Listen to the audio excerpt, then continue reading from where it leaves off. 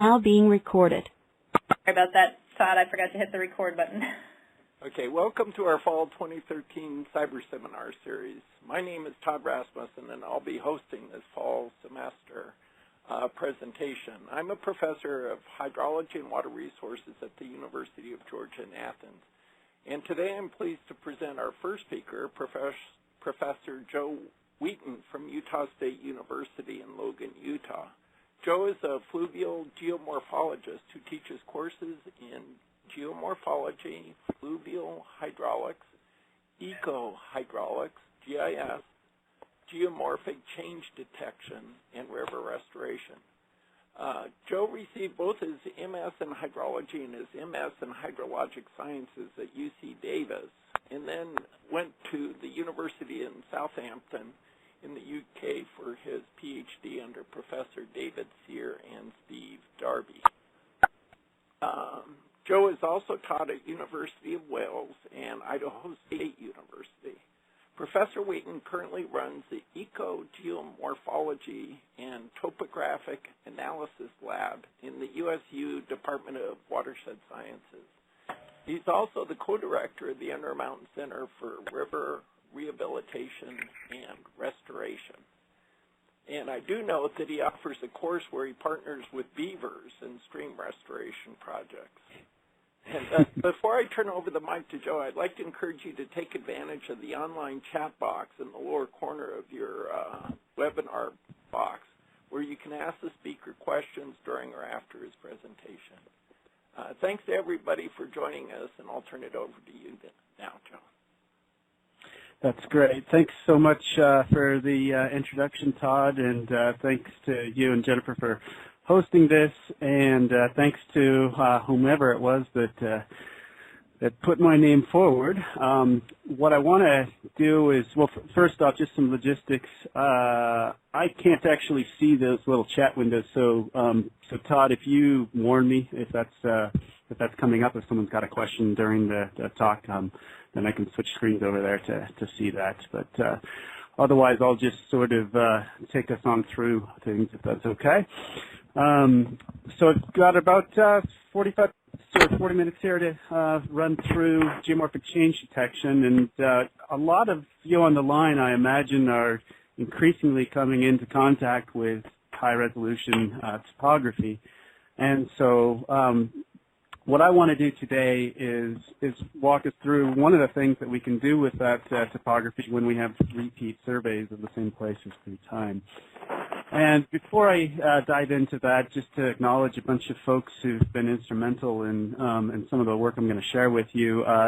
James Brasington, who's now at Queen Mary London, he and I have been working for over a decade on this change detection stuff together, and so he and I are still actively struggling with this stuff and working on it. Then out of my lab, James Hensley's been leading a lot of the coding and development and algorithm development, and some grad students, Sarah, Ryan, as well. Wally and Kenny have been very instrumental as well.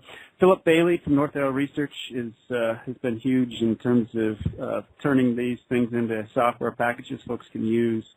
And a bunch of folks and funding sources I should acknowledge that as well.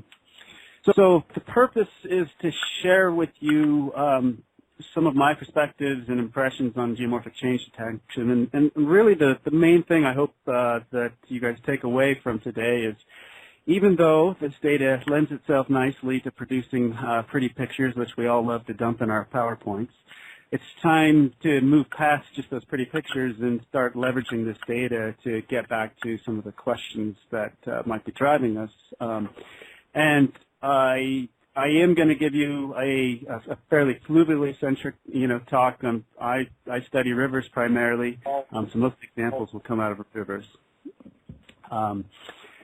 And what I want to do is take you through a little tiny bit of background, make sure we're on the same page about the different types of topographic data we deal with, and then talk to you about how we actually use that data to build elevation models we can do stuff with, and then how this is sort of led towards, when we have repeat surveys, we can do geomorphic change detection. And then we'll get back to that issue of, so what can we do with this stuff? And I'll share with you some vignettes. So that we're on the same page, geomorphic change detection is really a pretty simple thing. So Nancy Glenn up at Boise State University, I love that she just put it right on the line with, she's like, so basically a big chunk of your career, Joe, has been nothing more than a simple subtraction problem. It's like, well, gee, thanks, Nancy, if that's how you want to put it. But that really is how these things work. We have one survey from a more recent point in time, which we create a digital elevation model out of, and then we have one that's from an older point in time.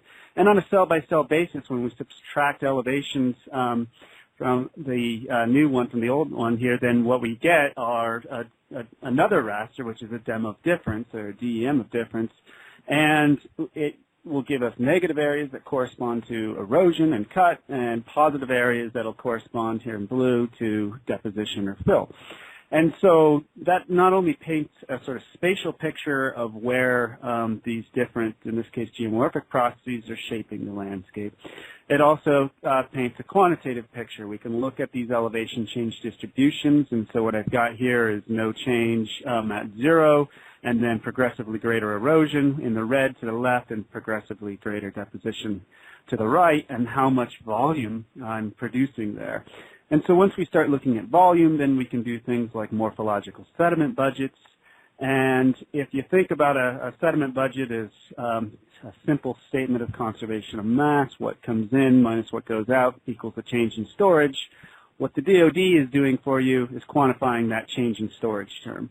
And it's doing that by summing up all of the deposition volumes and subtracting all the erosion volumes, and then seeing which one wins, whether or not you have net evacuation of material or net accumulation of material.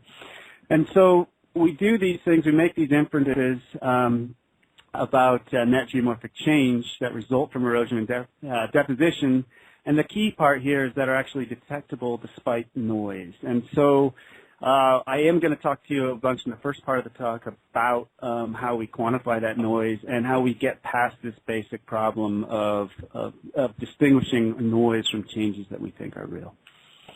And this problem, although I'll stick to examples in rivers and sediment budgets, this is really a generic change detection problem that, the principles that I'm going to talk about can be applied to just about any sort of spatially continuous data set you're dealing with. You could be looking at temperature maps, gravity anomalies. You could be looking at model simulation outputs, maybe hydraulic models, and looking at velocity and depth patterns, or in this case, this is a net rate of energy intake model that looks at basically bioenergetics for fish and whether or not they're likely to be able to have a net loss of energy or actually hang out in places where they could potentially gain.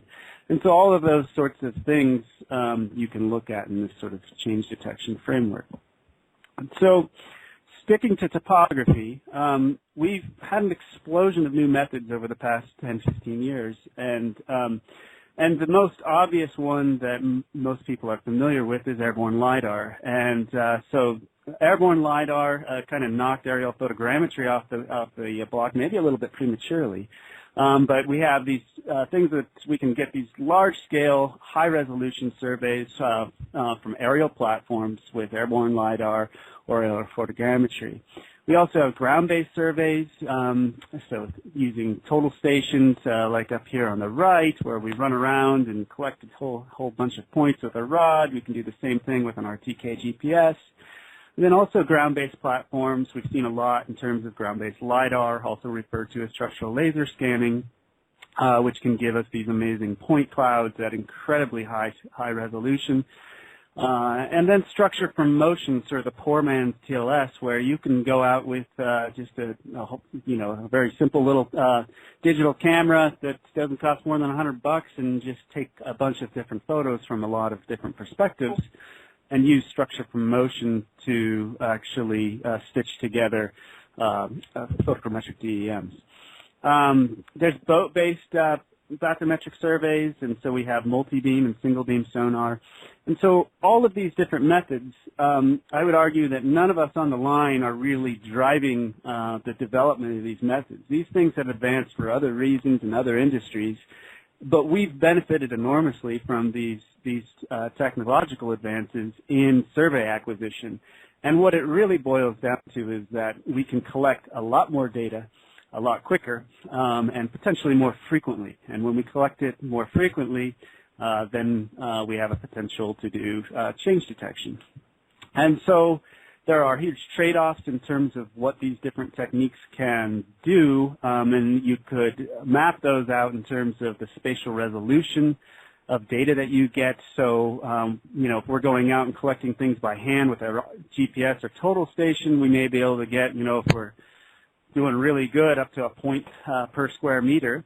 Whereas we can take a TLS, ground-based LiDAR, out to those same areas, or SFM, and we can get upwards of, 10,000, even up to 100,000 if we bother to points per square meter. And so this right here on the bottom, this grain scale, bar scale, reach scale data, that is raw topographic data. So these aren't even surface models. These are just straight-up point clouds by just brute force pressing a button and just acquiring a boatload of data.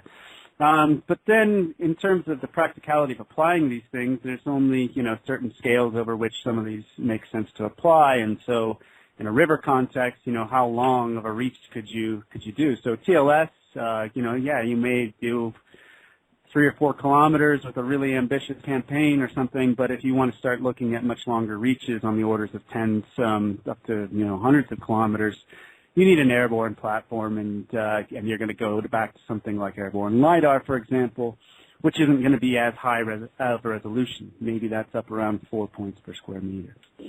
So I don't want to spend too much time on the topography, but it's just the things that I want to summarize for you real quickly there are that there's a trend in terms of explosion of available methods. We'll probably see that starting to taper off. And then I do believe that a lot of us are guilty in overselling of specific methods without adequate recognition of limitations. So, how many talks have you seen where we show off some beautiful data like this for ground-based LiDAR and say, wow, look at the possibilities. But then we forget to tell you that this stuff is absolutely worthless if you care about bare earth models in vegetated areas. Doesn't work that well at all and requires a tremendous amount of post-processing. And also, we're interested in rivers, so it's great in a braided river environment that goes dry a lot of the time, but it's in places where you want bathymetry. Ground-based LiDAR doesn't reliably penetrate the water surface as of yet. So there are issues with each of these things, and we need to bear those in mind. Some recent developments: the structure from motion is giving you the same sort of I wouldn't go as far as quality yet, but at least the same resolution of data as TLS, and it's dirt cheap. That's it. And commercial green LiDAR is now coming out. Again, this is one of these things that has huge limitations, and I think it's been a little bit oversold and backfired for some folks. But where it does work, it works quite well. And really what this leads us to is, for a lot of our study sites, there is no silver bullet. We end up having to employ a hybrid mix of these different technologies to paint a complete topographic picture of our study area. And so oftentimes we might be doing, maybe sonar for the really deep stuff, and maybe RTK GPS where we can wade, and then for the exposed stuff, airborne LiDAR, for example. So what we do with that data and the sort of products that if we collected ourselves we produce, or if we get it from a vendor we ask for, are we build digital elevation models. And to build a good digital elevation model, we really need to quantify air in that. And there's a lot of techniques for doing this, but if you want to do your research on trying to spend your whole life quantifying that uncertainty, you can get into all sorts of sophisticated games. But most of us want to just actually use the data to do some other analyses, and this is just sort of an entry point.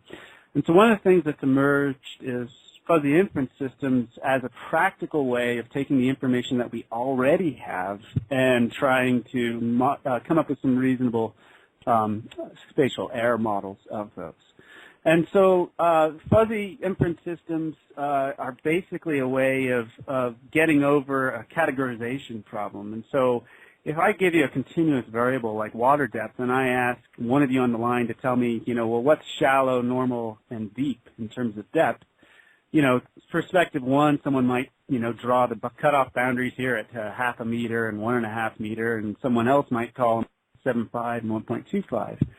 And so with fuzzy logic, we can use fuzzy numbers to, instead of worrying about this categorization problem, we can then instead just explicitly represent that categorical ambiguity with overlapping membership functions. So on the bottom here is a fuzzy perspective where shallow, we can all agree that, underneath a certain depth here, or at least between these two perspectives, that this is a shallow depth, and then a normal depth, let's say, is somewhere, clearly it's always going to, be between 0.7 and 1.25. And where I have these overlaps, so maybe I come in here at like 0.6, I'd have partial membership in this normal class and partial membership in a shallow class. And so this is a way of using fuzzy sets to basically describe categorical variables.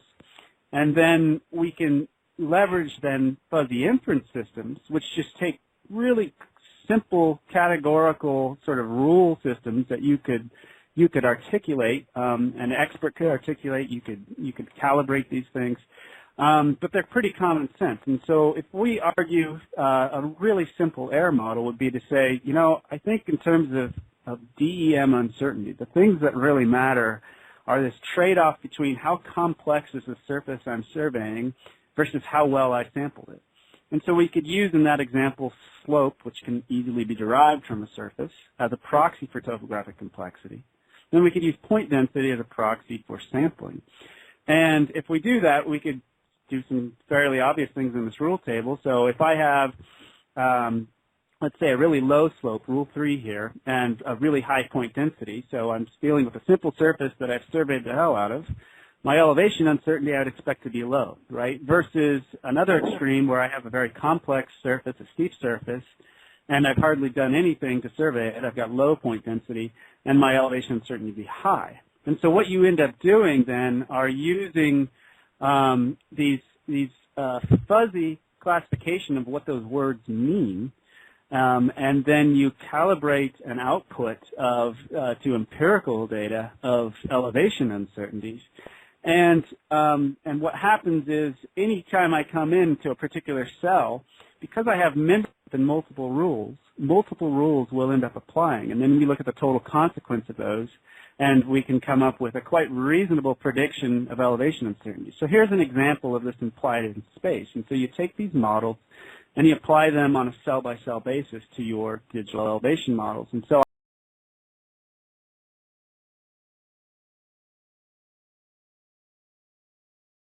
I could derive slope from my DEM. I could derive point density from my points that I sampled.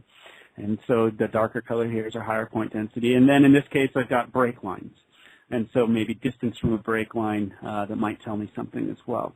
And so then what I can do is, and this is all derived from this digital elevation model, this survey, what I can do is I can combine those things in this inference system and come up with this spatially variable model of uncertainty. And so and a lot of this kind of captures the obvious, which is, well, in places where I didn't do that good a job of surveying, it's going to be a higher uncertainty. Maybe there was a lot of vegetation there, for example.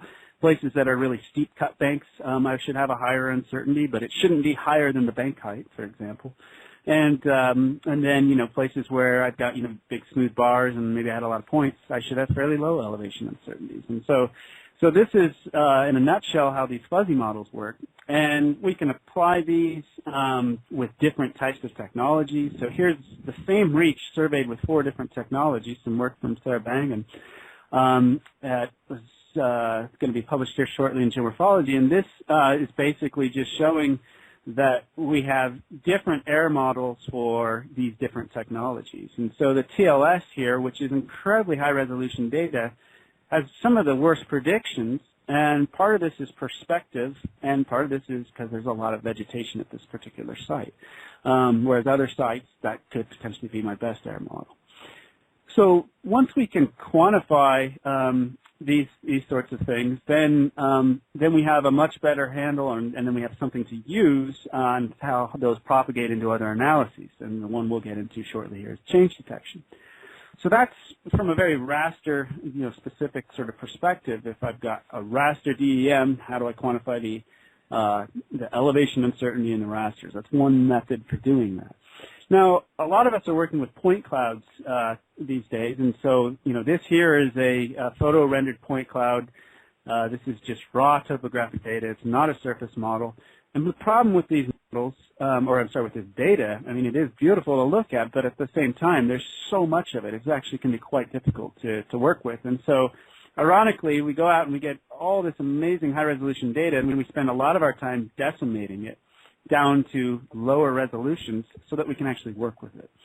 And there's a toolkit that James Brasington and Demia Varicott and some others have put out called TopCat. And what this toolkit allows you to do is go through and you can choose a grid resolution, and you can basically look at statistics of the point cloud within that grid. And one of the things that they do is, they'll pull off all your sort of standard statistics.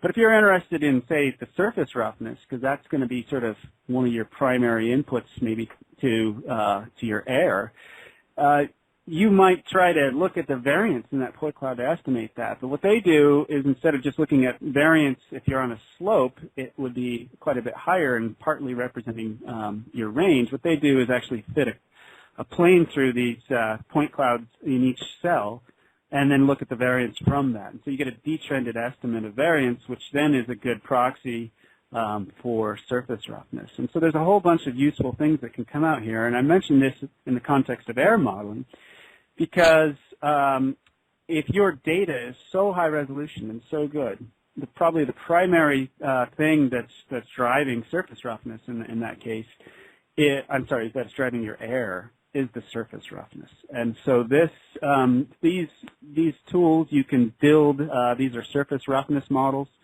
here that you can use, and it turns out to be a really good relationship, as you might expect, to grain size when you're dealing with coarser systems at least. And you could use the roughness model itself if you wanted. Here's two roughness models from two ground-based LiDAR surveys of this sandbar here, and it changes through time, and you could use that as your proxy for air, and you could propagate those two roughness models into a change detection problem and see what that looks like. You could also use those as an input to one of these fuzzy inference systems and use roughness and then the things we've already talked about, sampling and topographic complexity, to get an overall estimate. And so these are things that are at your disposal now. I want to, as I'm going through, sort of mention things like TopCat and mention some different tools that are available to folks to start playing with. MBS Tools is a beta version that we're just getting together, and this is for working with multi-beam echo sounding data. But it's also TopCat runs from a command line, and this is if you want a little user interface to run these things quickly or to integrate with GCD.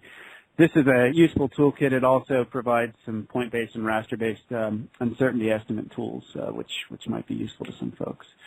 I mentioned Nancy Glenn earlier. Her and I and some others are leading a project on zCloud tools that's trying to take a lot of the sort of different tools that are out there and make them available through a web app to the community. And so we're spending a lot of effort right now trying to take different algorithms and different software that people have in disparate places and may require specific licenses and bring these all into a fairly easy to use web interface, which still runs the tools on your local machine, but then allows you to access all those tools, and they're updated regularly when this will be released, so that you can then leverage them for analyses and then bring it back into wherever you want to work, whether that's ArcGIS or some Cyclone or whatever it is you work in.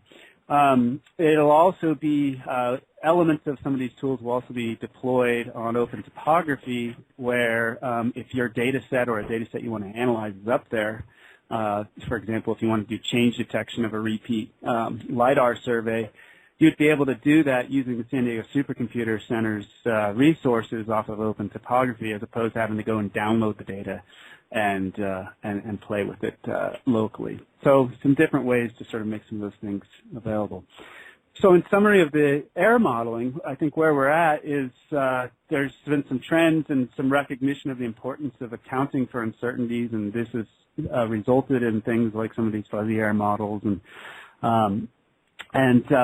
some relatively simple, which I didn't talk about. There's a lot of these just spatially uniform minimum level detection air models. I'll give some examples of those in a second. And these are very pervasive, and I'd argue we can do better, and the fuzzy models give us a way to do that now. There's also some statistical methods that you can use for trying to develop air models, but they tend to only work well when you have dense point clouds. So if you have sparser ground-based survey data, like from a GPS or total station, that doesn't lend itself well to statistical air models, because you want to keep all of that data instead of using some of it to try and estimate some of your errors. Whereas when you have a ton of data and you have too much and you want to decimate that, then these statistical models can work quite well. So this leads into some standards for geomorphic change detection, and just talking a little bit more about geomorphic change detection. So we already mentioned what it is, sort of a simple subtraction problem. But our fundamental problem that we run up against in any change detection is, in a perfect world, the signal we are after, i.e. that change that we're trying to detect, would be much greater than our noise. So in this case, our elevation change with respect to time should be much greater than our elevation uncertainty. And indeed, in the case of, really obvious things like big, huge landslides, where we are dealing with large magnitude topographic changes. I mean, this is for scale here, a backhoe. This is a fairly straightforward problem. Now, for many of us on the line that work in rivers, this is a horribly difficult problem. And the reason for that is because our elevation uncertainties are on the order of, in a lot of cases, the magnitude of changes that we're interested in. So if you think about a river environment, deposition is a diffusive process. It takes place, across bar tops and across floodplains. And you're often dealing with very shallow magnitudes of deposition, maybe on the order of, 2-3 grains thick. And so that's a really hard problem from a change detection perspective. Bank erosion is a little bit easier because, those banks are fairly tall in a lot of cases, and so when they migrate laterally, we might be able to pick them up. But if we're modeling those with rasters, the raster resolution limits how much lateral migration you can pick up. And so just to put this in context, with airborne LiDAR, we often consider this, on the order of plus or minus 10 to 25 centimeters. If you propagate those errors, by the time you can do change detection, you're looking at something like you have to have at least 15 to 30 centimeters or so of change to actually be able to detect anything. And ground-based LiDAR, where it's good, i.e. where it's not vegetated and where it's not wet, can be very, very accurate data, but and you can have lower minimum levels of detection, but ultimately it's not the resolution of the data or even the precision of the points that limit you here as much as the roughness of the surface. And so the slides will be up and available, and there are hyperlinks in them, and that'll be available off the Quasi website. And I just throw these up here as some classics if you want some background on some of the stuff I'm going to go through right now. Change detection on the basic methods that folks are employing. And this is pretty simple stuff. It's a basic air propagation problem, and if we look to a slice of our surfaces here and we're looking at them from the side, and so maybe I come and I survey it, and this is my elevation at time 1, this is my elevation at time 2, hopefully you would conclude that from time 1 to time 2 the surface lowered. But if you take into account the uncertainty you have in representing that surface, and maybe initially the survey was pretty good, plus or minus 10 centimeters, got a little bit worse, plus or minus 20, and I asked you whether or not the surface lowered or raised, well, here you might say, I'm not sure. It might be within my range of noise, at least as I've cartooned that. And so this is the simple just sum of the square root of the error terms, of the square of the error terms here. And so an example there, so 10 and 20 centimeters, this is suggesting that I would have to see at least 22 centimeters of change before I actually was confident that that change was real. And so this is used very commonly in change detection. It's described in lots of different articles. And just to give you an idea of spatially how this works, we'll illustrate it here. So here is a raw dim of difference on the left. And what I've calculated is I've got change calculated in every single cell. If you think about it, this makes sense in that it's actually very difficult for me to measure the exact same elevation in the same cell through time. I'm much more likely to get a small change, and so a bunch of that small change is going to result in noise. And so if I apply a minimum level of detection here of 20 centimeters, I basically threshold all that out. So I might take an elevation change distribution that has a big peak in the middle around no change, and I'm basically slicing the middle of that out. And then I'm not saying that it's impossible for change to occur in these areas. All I'm saying is that I can't distinguish those changes from noise. And so, so this is very commonly employed in change detection studies, and these questions are basically asked on a cell-by-cell basis by comparing the dem of difference value to a minimum level of detection, which could have been calculated from a propagated error. And so that works, but one of the problems is that this is often employed in a spatially uniform sense, and so it's overly conservative in some areas and overly liberal in other areas, and obviously these errors vary in space, as I showed you from some of those error models.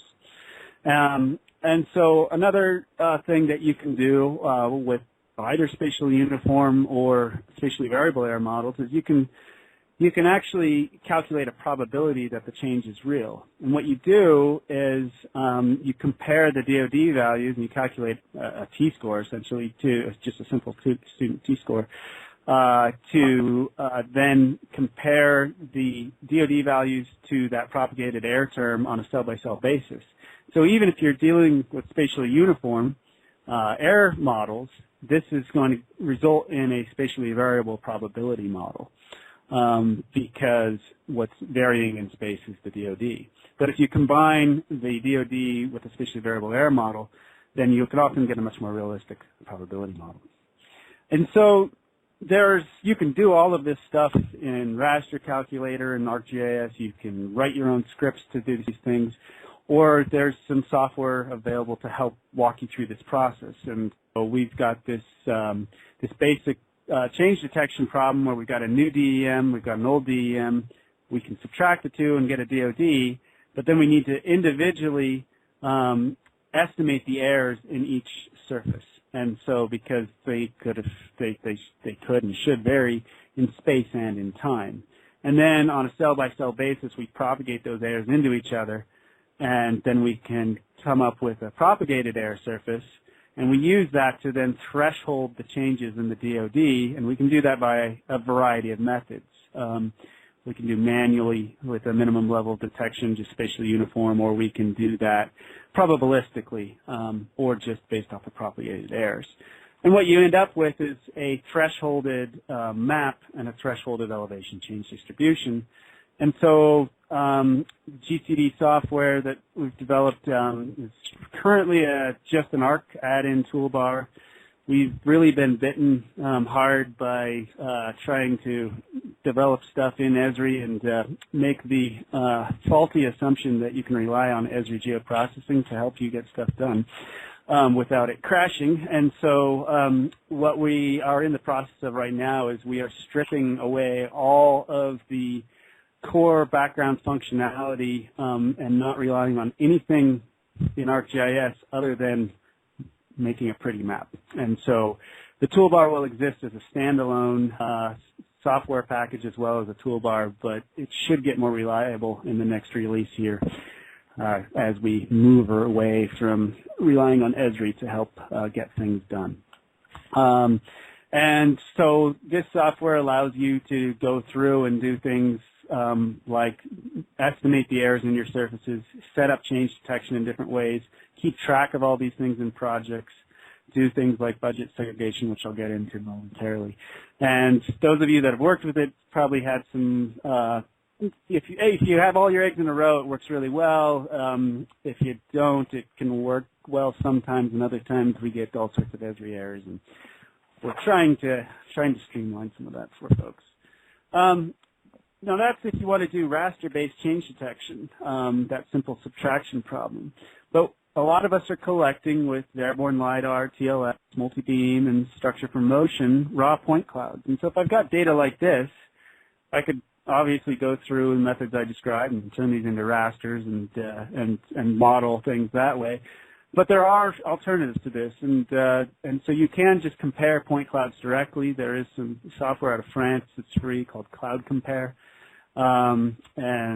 this has some options for visualizing this stuff, as well as if you leverage that with a package that Dimitri Lag has put together called M3C2C, you can do point-to-point change detection. Now, you can't use this to come up with volumetric changes, but if you just want spatial sort of patterns of change, and also there's a bunch of very interesting sort of statistics you can calculate off of these things. These are quite useful. These are quite useful tools. So that is another sort of emerging tool. So I would say in terms of within change detection, the trends that we've seen are emergence of GCD as a standard for raster-based change detection. The large point clouds that we have, there are some tools that are coming out. They haven't been used quite as widely yet. And I think we need to, as a community, push towards, starting to do more than simply decimate this great data that we get down. Okay. So some recent developments. There's fancier air models that folks are using, and coming out, and some other tools for dealing with these large point clouds. And what I would suggest is that in terms of air models, I would always start conservative and see if it's good enough for the questions that you're asking. And if it isn't, and you think that there is a signal in there and you're being too conservative on your noise, then you invest in fancier air models.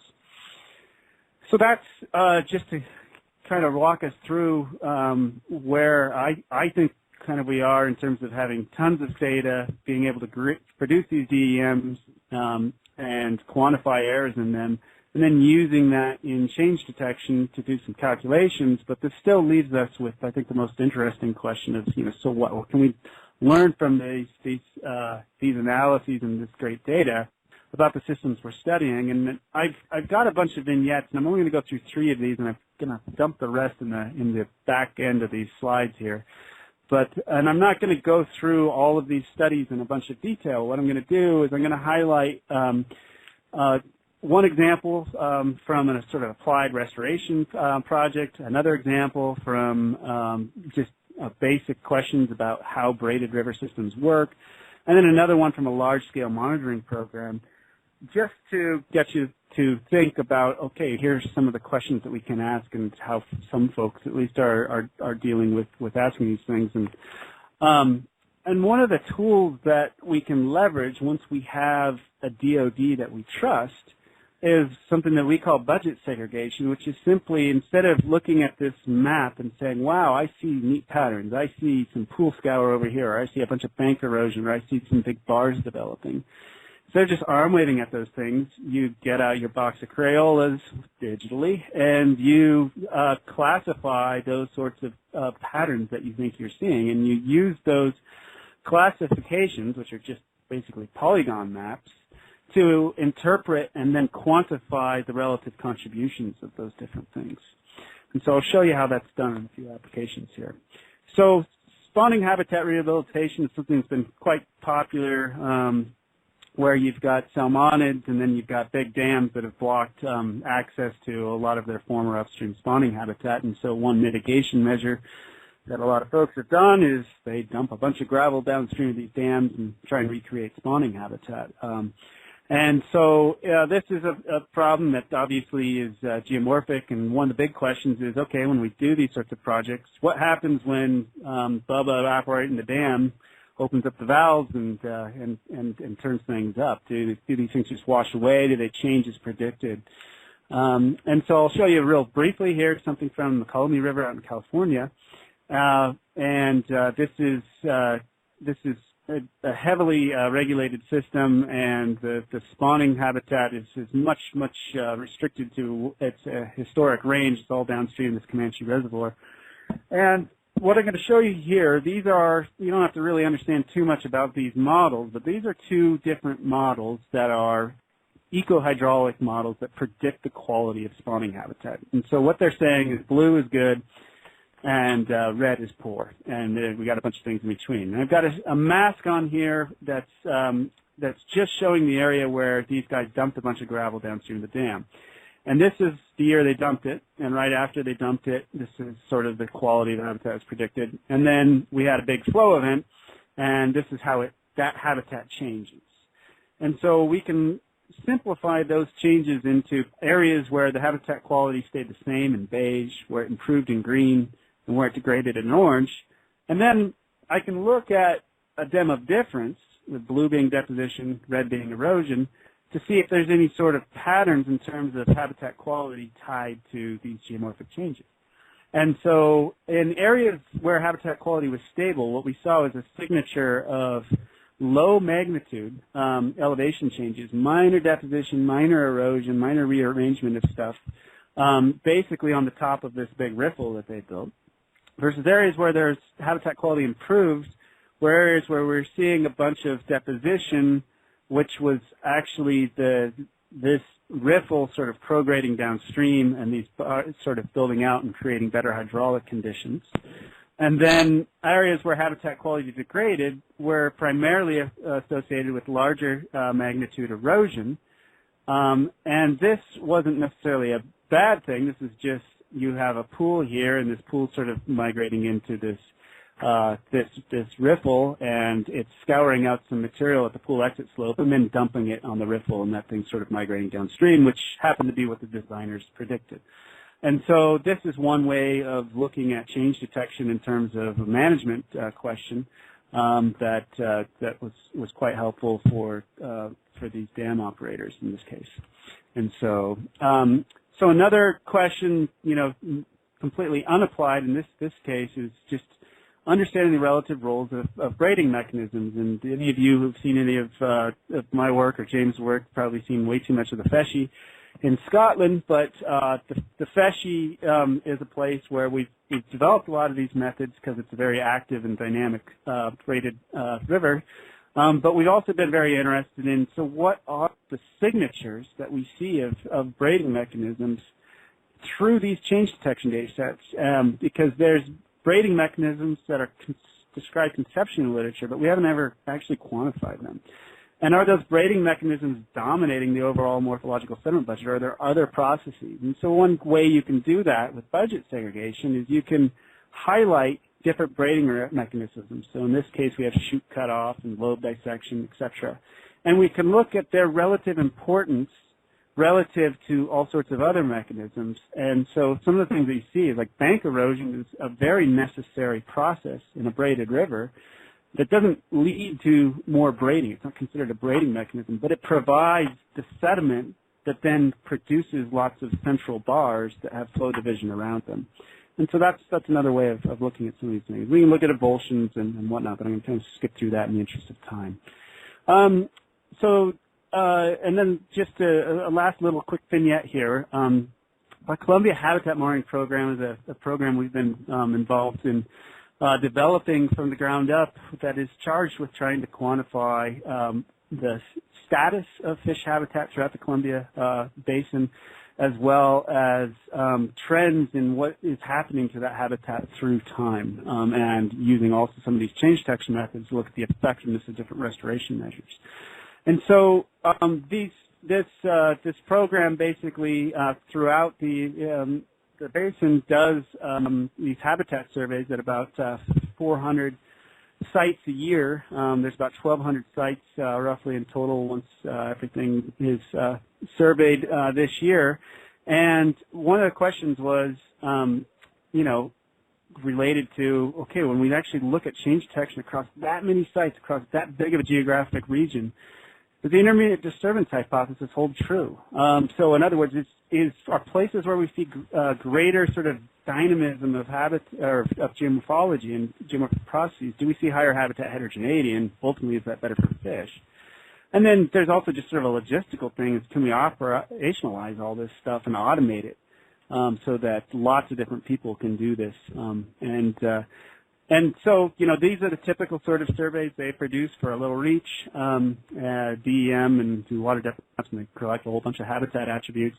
And these are the pilot basins where the 12 or the 400 sites, initially were surveyed, and then eventually we'll get out to 1,200 across the basin.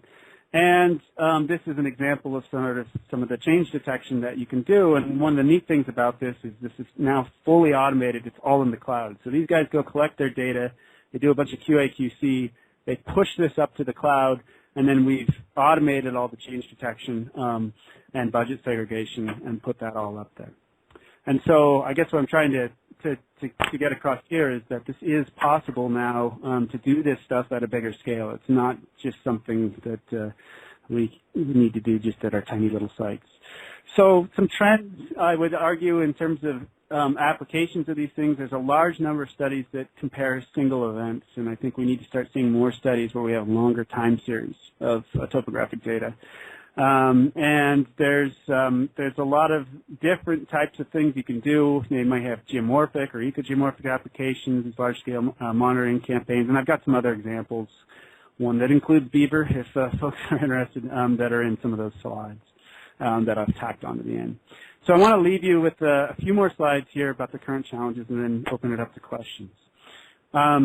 So I would say that right now there's too much focus within our communities on doing stuff because we can, and that's a natural thing. We see these new toys, we get excited about them, and I think one of the things that's excited geomorphologists so much is that you can look at these products, these DEMs that you get out of these things, and they look like what we see on the ground. And maybe to some of this next generation of scientists who've grown up spoiled with all this technology, that's not so exciting. But I think for a lot of folks, it took so long to get to the point where it's not just an abstraction, but you're actually seeing what we see out there. That this is something that has really gotten us excited. But I think we need to kind of push past that and not be such slaves to the technologies that produce this stuff, and ask ourselves, is it any better than the real world? Can I simplify this down to something I can make sense of? And so the trend, the explosion of these survey methods, there's a little too much cheerleading for certain technologies. I mean, it's horses for courses, and oftentimes no silver bullet, so you got to just combine things to get done whatever you need to get done for your study site and for the questions you're interested in. There's an appreciation of the role of uncertainty, yet there's still some continued use of just like spatially uniform error models to do this. If that's good enough for the question you're interested in, great, but I'd argue in a lot of cases it isn't. A little bit of over-obsession with, wow, look at my point cloud, isn't that pretty, and hey, I've just got 2 surveys, isn't that publishable? And I can tell you most of the editors of sort of the key geomorphic journals, that's not enough to cut it these days. So the recent developments, there's a consolidation of methods, emergence of these hybrid data collection things. I think we have better error models now out there and more standardized methods for doing raster-based change detection. Point cloud processing, we're getting better at it, but I think there's still a ton of stuff we still need to do. And ironically, most of the things we're getting better at involve decimating it back down to things like rasters that we have an easier time handling. Large-scale applications, we're starting to see people with that are getting these larger, more ambitious monitoring campaigns, and just a longer history of data sets and a bigger spirit of sharing these data sets with each other so people can look at them in different ways. And I think that's exciting. So, what I I'll just wrap up here. The data acquisition is matured. Hybrid approaches, I think, are going to emerge as the only practical option for a lot of your sites. Air modeling is improving, but I think as a community we could force each other to raise the bar on that and have a bit more consistency in terms of how we implement those things. Change detection methods and tools are out there and ready for community use, but I think hopefully efforts like vCloud tools and other things will make it easier to access those instead of them all being a bunch of disparate tools. And then finally, I'd say let's push past the methods and let's actually use some of these new technologies to do some interesting science and let our questions drive them as opposed to methods. So that's all I've got. And if you want some more information, some of the stuff, there's a website for you. And if you want to learn how to do some of the change detection stuff, we do teach a workshop in May, which you don't need to attend the workshop to learn how to do this stuff. We put all the materials online, but sometimes we need a kick in the butt to have someone there forcing us to do it. So that's that. Thanks a lot. Well, thank you, Joe. That was a great talk. You covered a lot of material in timely fashion. I'm going to open the floor to people if they want to ask questions. You can unmute your phone and ask, or if you'd like to type in a question. I don't know if you can still see those, Joe. I can forward them to you if you can see them. Yeah. That sounds good. Are there questions on here I'm supposed to be seeing? Or? Down in the lower left, somebody is typing, but I don't see anything that's come up yet. If somebody wants to ask a phone or a question over the phone, let me get started. I mean, one of the problems we have, as you mentioned, is getting below the canopy or below the water surface. Is there anything coming down the road on that you've seen? I think the biggest thing that I see coming down the road on that is us getting better at mixing methods.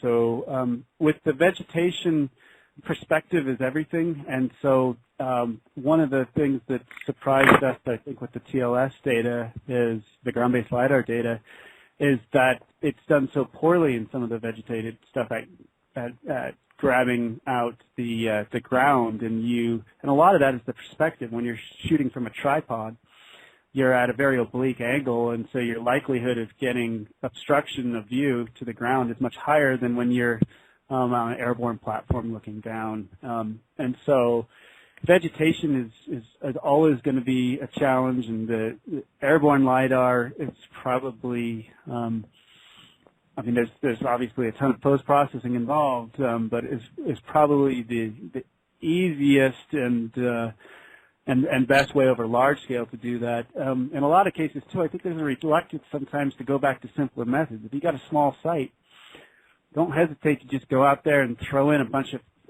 total station or GPS shots in the places that are really critical. Pick up the grade breaks, get some of the stuff underneath the worst canopy areas. Obviously, GPS isn't going to always work under a canopy, but if you got deciduous and you can do it in the fall or the winter, sometimes you can get away with that. So yeah, I don't see any new miracle tools. I think it's just a matter of us getting better at identifying, okay, here are the places that this can work and here's not. For the submerged stuff, certainly the ADCPs, with the single beam and even with, using the multiple beams on the ADCP, you see it's like a poor man's multi-beam. You can drag a little, raft around or whatever, and you can get a lot of data quite reliably, quite quickly with that, and that's another nice technology. But I don't see any new things popping up just yet. They're all variations on the same thing.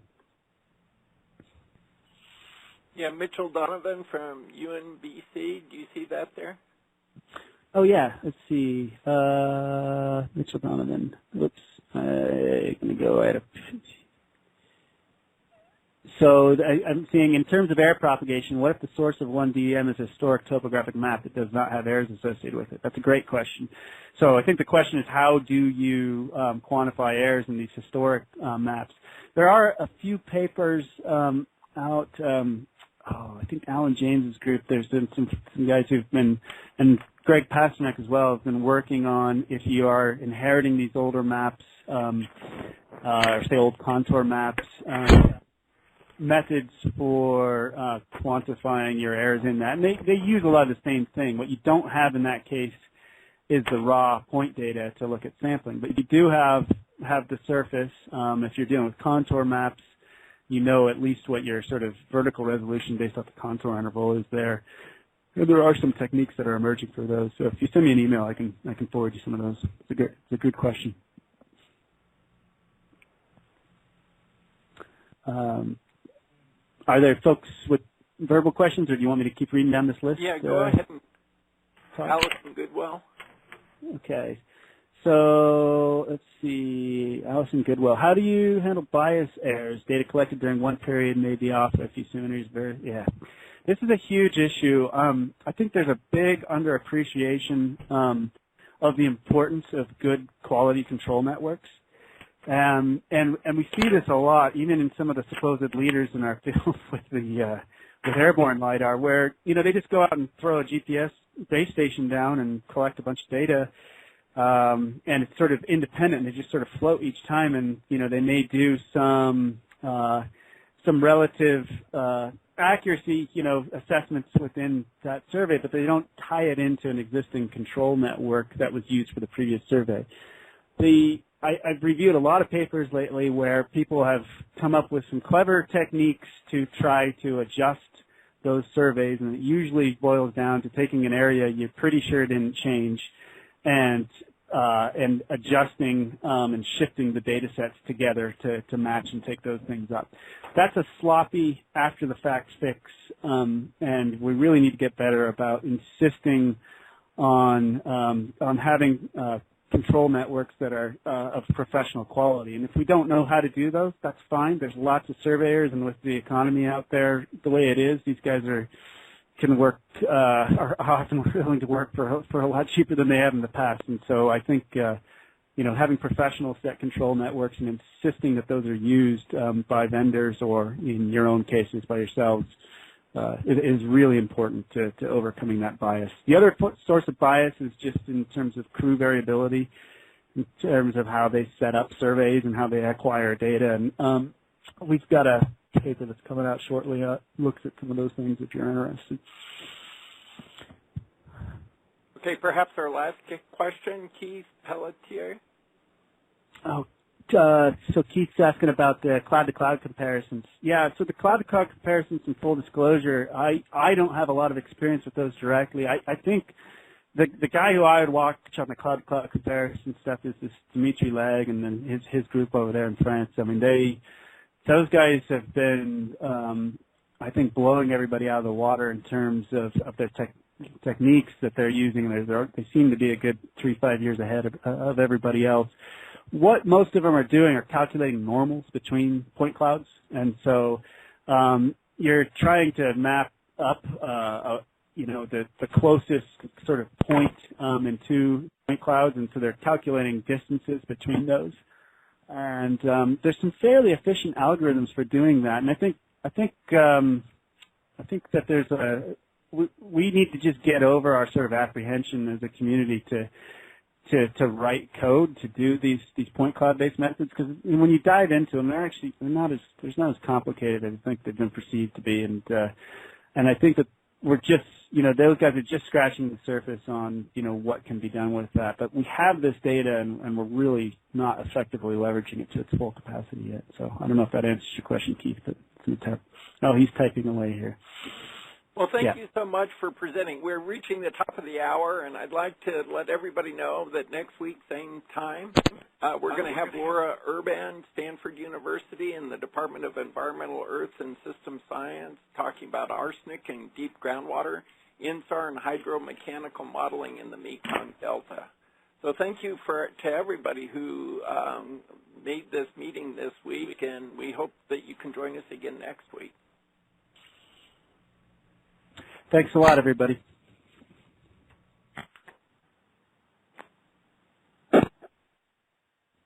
Okay, thanks, everyone. And we'll end the meeting in just a minute. The recording and Joe's PowerPoint slides and contact information